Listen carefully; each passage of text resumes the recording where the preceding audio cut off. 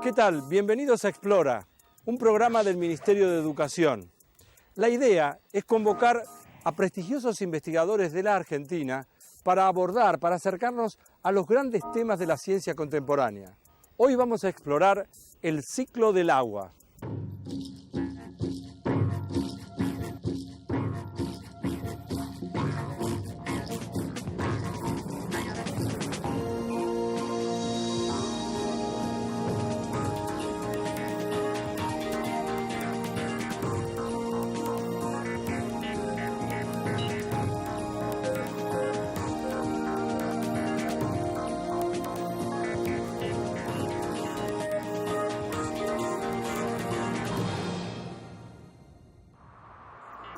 Vamos a tratar de conocer los elementos que conforman el ciclo del agua, desde los procesos como la evaporación, la formación de nubes, hasta los fenómenos climáticos como el Niño o la Niña, que impactan tan fuertemente en la actividad humana. Y naturalmente reflexionaremos sobre cómo hay que planificar para hacer un uso racional y eficiente del agua disponible. Y en definitiva queremos saber qué es exactamente el ciclo del agua, cómo lo pensamos desde nuestro país, desde la Argentina. Vamos a consultar entonces a la doctora Carolina Vera, que es profesora de la Facultad de Ciencias Exactas y Naturales de la UBA y además investigadora del CONICET. Ella nos va a ilustrar sobre lo que queremos aprender.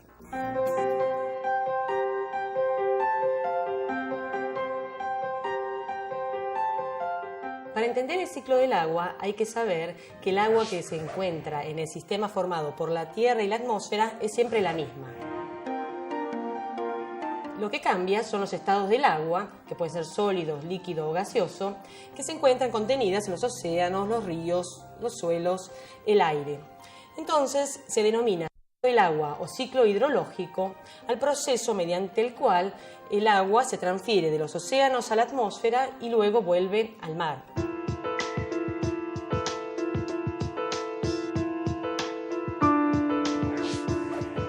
En este ciclo, el agua, por la acción de la radiación solar, se evapora desde las superficies oceánicas y se transfiere a la atmósfera, donde por procesos de enfriamiento se puede condensar y eventualmente producir fenómenos de precipitación o nieve.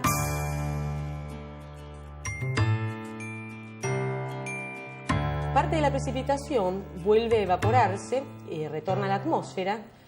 Otra parte es absorbida por el suelo y va a formar parte del agua subterránea, y otra parte se escurre a través de los ríos y arroyos y eventualmente vuelve hacia los océanos.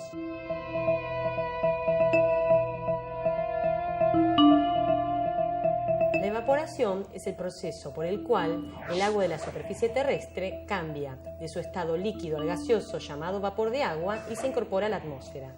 La evaporación es más intensa en las regiones con temperaturas más cálidas. Por eso, la mayor fuente de vapor de agua en la atmósfera se encuentra en las regiones oceánicas próximas al Ecuador, delimitadas con el color rojo en esta figura.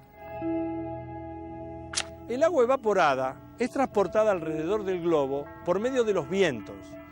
En este proceso, el agua se desplaza, pero no en forma líquida en su mayor parte, sino en forma de vapor de agua. Sobre este punto en particular están las que se llaman las corrientes de chorro, y muy en especial aquellas que se forman en la parte baja de la atmósfera. Las corrientes de chorros de capas bajas, cuyo nombre en inglés es Low Level Jets, alcanzan su máxima intensidad entre 1000 y 1500 metros de altura. La corriente en chorro de capas bajas de Sudamérica se genera cuando los vientos alisios, que son vientos superficiales del este que fluyen en el Ecuador, entran en Sudamérica y son forzados a desviarse hacia el sur y canalizarse en forma de una corriente en chorro debido a la barrera que produce la cordillera de los Andes. Esta corriente en chorro llega a su máxima intensidad sobre Bolivia y luego hacia el sur disminuye su intensidad y a la salida favorece la formación de nubes convectivas, tormentas severas en el este de Argentina, Paraguay, sur de Brasil y Uruguay. Otro proceso importante en el ciclo del agua es lo que se llama la condensación. Es decir, se produce un cambio de estado. El agua pasa de estado gaseoso, o sea, de vapor de agua, a estado líquido.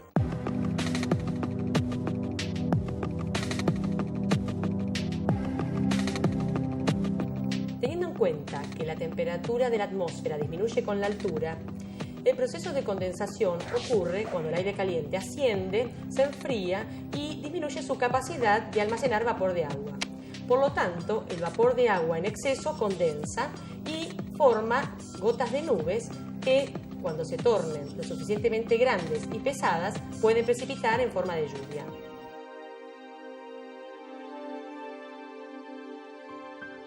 Uno de los procesos que genera nubes es la convección, que se refiere a los movimientos verticales que se producen en la atmósfera. Durante el día, la radiación solar calienta la superficie terrestre, que a su vez comienza a calentar la porción inferior de la atmósfera. Ese aire entonces se torna menos denso y comienza a ascender. A medida que gana altura, se va expandiendo y se enfría. Si el ascenso y el consecuente enfriamiento son lo suficientemente importantes, se va a producir la condensación del agua y se van a generar nubes llamadas nubes convectivas. En los centros de baja presión o ciclones, el viento circula en la dirección de las agujas del reloj. En los niveles bajos de la atmósfera, el efecto de la fricción que produce la superficie terrestre hace que los vientos se desaceleren y se desvíen hacia el centro del ciclón. Allí se va a producir una acumulación del aire que necesariamente va a tener que ascender porque no puede ir hacia abajo por la presencia de la superficie terrestre. En esos movimientos de ascenso se va a producir la formación de nubes por condensación y eventualmente se producirán eventos de lluvia. Los frentes son los límites entre masas de aire cálidas y masas de aire más frías. En el caso de los frentes fríos, las masas de aire más fresco y densos avanzan y promueven el ascenso de las masas de aire más cálidas y húmedas que se encuentran adelante. En este ascenso se puede producir condensación y posiblemente lluvias. En el caso de los frentes fríos, el ascenso puede ser muy vigoroso y dar lugar a chaparrones aislados y a tormentas eléctricas.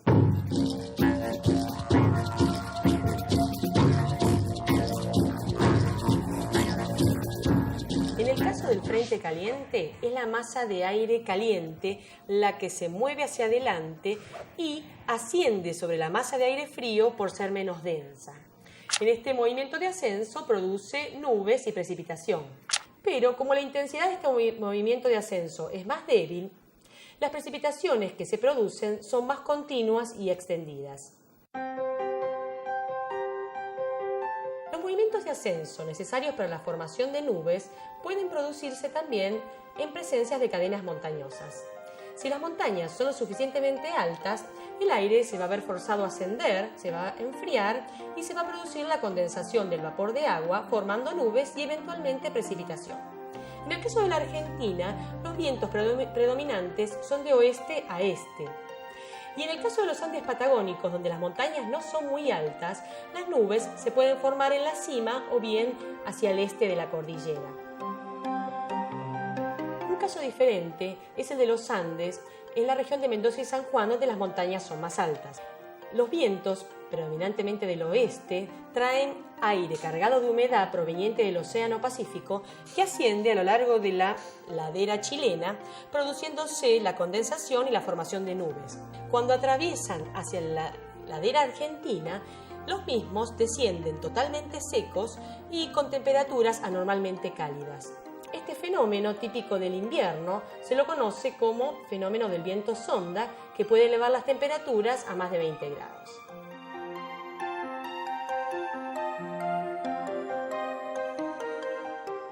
La corriente del chorro favorece la presencia de precipitación en el centro y en el norte de la Argentina. Sin embargo, como los datos que tenemos sobre esa región, las observaciones meteorológicas, están tan limitadas, el conocimiento que tenemos sobre esta corriente es muy precario.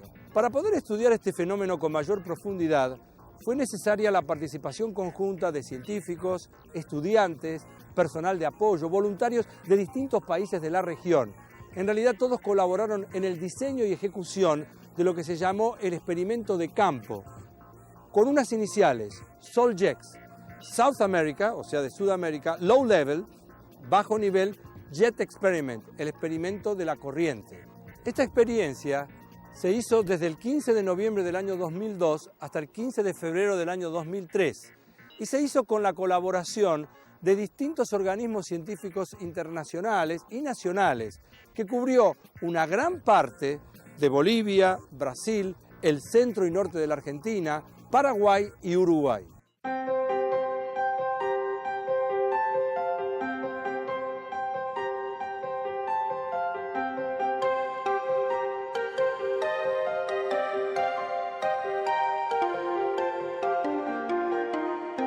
Para llevar a cabo el experimento SALJEX, South American Low Level Jet Experiment, se realizó con la finalidad de conocer la estructura tridimensional de la corriente en chorro y de los sistemas de precipitación asociados.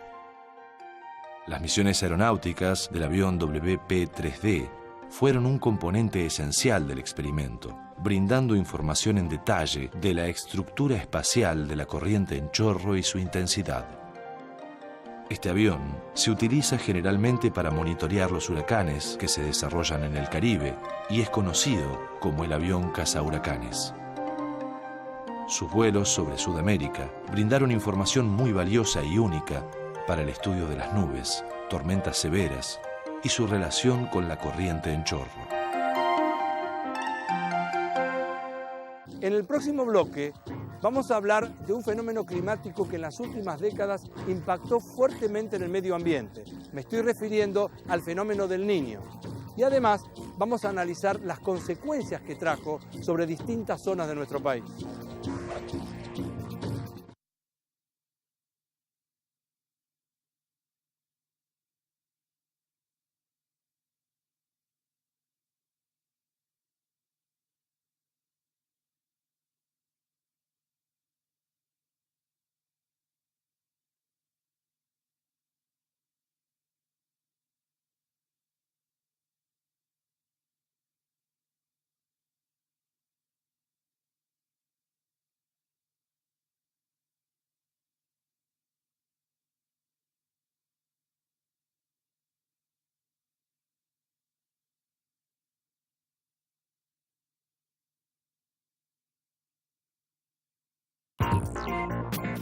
El fenómeno del Niño que se produjo entre abril de 1982 y junio del año 1983 fue considerado el más intenso del último siglo, a tal punto que produjo desde el punto de vista climático fuertes sequías e intensas precipitaciones, pero por otro lado causó más de 2.000 muertes y pérdidas económicas que superaron los 13.000 millones de dólares. En la Argentina solamente más de 250.000 personas tuvieron que ser evacuadas y más de 7 millones de hectáreas quedaron inundadas desde la provincia de Buenos Aires yendo hacia el norte hasta llegar a Formosa. El evento que se produjo desde abril del año 97 hasta mayo del año 98 también trajo consecuencias globales devastadoras. Vamos a aprovechar a la doctora Carolina Vera, que nos va a explicar exactamente desde el punto de vista climático en qué consiste el fenómeno del Niño. En condiciones normales, los vientos alisios arrastran las aguas más cálidas del océano superficial del Pacífico ecuatorial, aquí están representadas con los colores rojos, hacia el oeste en la región de Indonesia. Este desplazamiento de las aguas promueve la surgencia de aguas más frías en la costa de Sudamérica. Las aguas más cálidas en el Pacífico ecuatorial constituyen una pileta de agua caliente con temperaturas más altas de 28 grados centígrados. Estas aguas superficiales promueven el ascenso del aire y la condensación, dando lugar a tormentas muy intensas.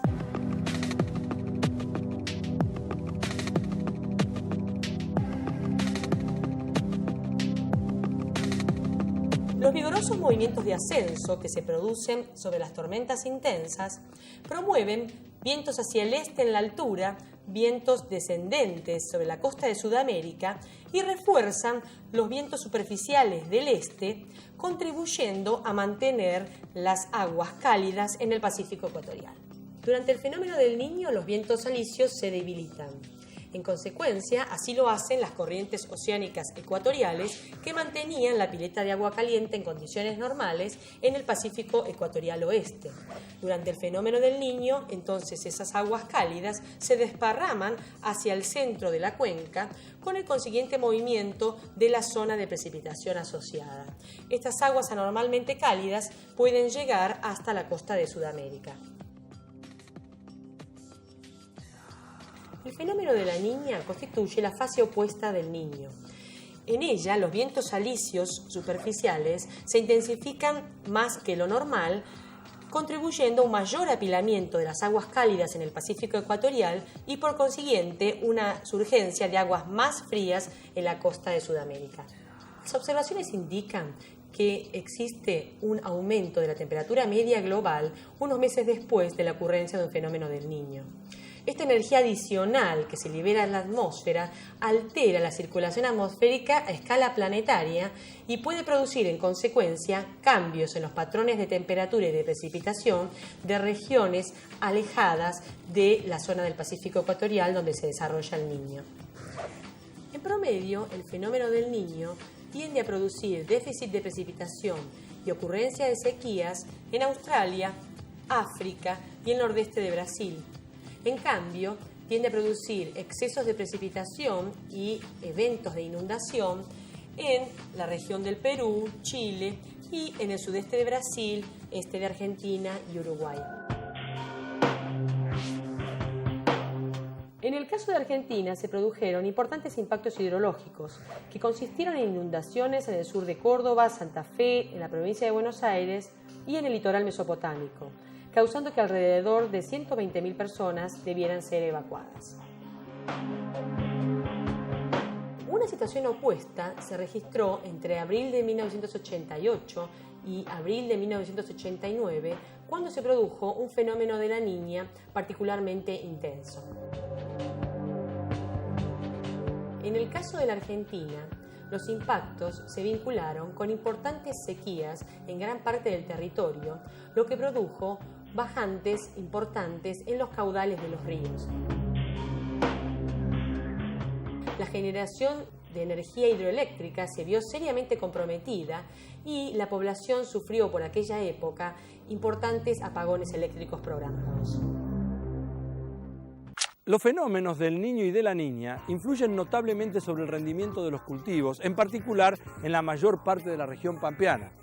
Naturalmente, es razonable imaginarse que una de las principales preocupaciones de los productores de la zona es la variabilidad del clima. Poder anticipar lo que va a suceder con el clima en un determinado periodo ayudaría enormemente al desarrollo de la actividad agropecuaria. Y por eso es que fuimos a consultar a la doctora Graciela Maigrín. Ella trabaja en el INTA, en el Instituto Nacional de Tecnología Agropecuaria. Y esto es lo que tiene para decirnos. En estos mapas se está mostrando la probabilidad de tener lluvias superiores o inferiores a los normales durante los años El Niño en los mapas de arriba o durante los años La Niña en los mapas de abajo.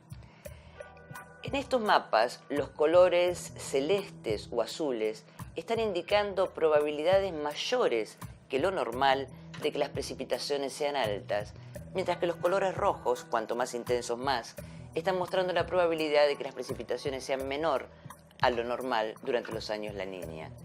En noviembre y diciembre es donde se nota la mayor señal del Niño, del evento del Niño, sobre las precipitaciones. Fíjense que en casi la mayor parte de la región pampeana es posible esperar precipitaciones superiores a los normales con distintas probabilidades.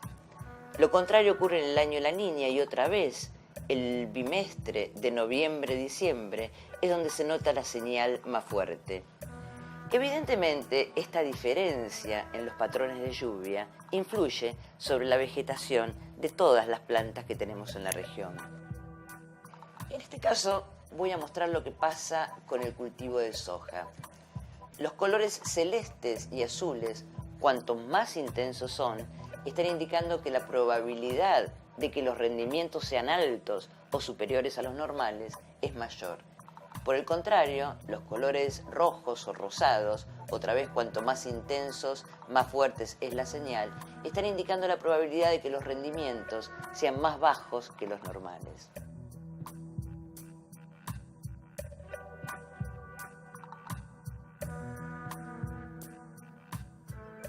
¿Es posible predecir cuándo va a suceder un fenómeno del Niño? ¿Es posible anticipar el tipo de impacto que va a tener? Aunque parezca curioso, la respuesta es sí. El fenómeno del Niño del año 1997 pudo ser predicho con 6 meses de anticipación. Y esto fue lo que permitió establecer estrategias de prevención para mitigar lo que hubiera sido un impacto devastador, sobre todo para los países más afectados. De hecho, en la Argentina hay una estrategia y se trabaja de una manera que va a explicar ahora la doctora Graciela Maigret. Tratamos de hacer unos cuantos trabajos desde los últimos 10 años más o menos, tratando de ver si había posibilidades de cambiar el manejo del cultivo o las rotaciones para poder adaptarnos y poder sacar ventaja de los años que estamos esperando que sean buenos, o tratar de que las pérdidas en los años que se pronostican como malos no sean tan grandes. Por ejemplo, la rotación ideal de cultivos varía según el año sea el niño o la niña y esperemos más o menos precipitaciones. Otra cosa que es importante es la cantidad de fertilizantes y la fecha de siembra. Normalmente en los años que son buenos o relacionados también con el niño, que esperamos buena cantidad de precipitaciones, es conveniente sembrar más temprano y aplicar mayor cantidad de fertilizantes para apuntar a tener un rendimiento realmente elevado, ya que las condiciones climáticas podrían permitirlo.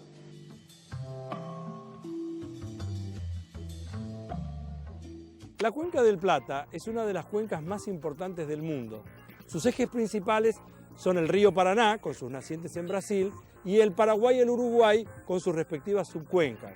Claro, todos ellos drenan sus aguas en el río de la Plata, que finalmente termina desembocando en el Océano Atlántico. Es fácil imaginar que del comportamiento hídrico de esta cuenca dependan mayormente las actividades humanas de la zona.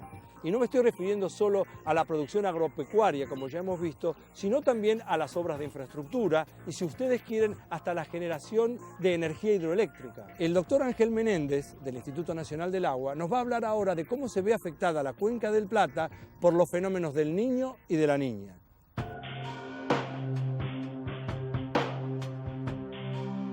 Los extremos hídricos, exceso, defecto, están asociados a los fenómenos del Niño y de la Niña. Y en realidad es lo que más se puede sentir desde el punto de vista de la propia sociedad. El Niño asociado a los excesos, mucha agua, inundaciones. La Niña asociado a lo que es el déficit, escasez de agua. El fenómeno del Niño en la Cuenca del Plata se manifiesta entonces en exceso hídrico. El exceso hídrico trae aparejado algunos problemas muy concretos. Uno es el de las inundaciones, con distintas escalas, pueden ser más lentas, más rápidas, y el otro problema es el de la infraestructura, sobre todo la infraestructura vial, que se ve sometida a una solicitación para el que no necesariamente fue diseñada.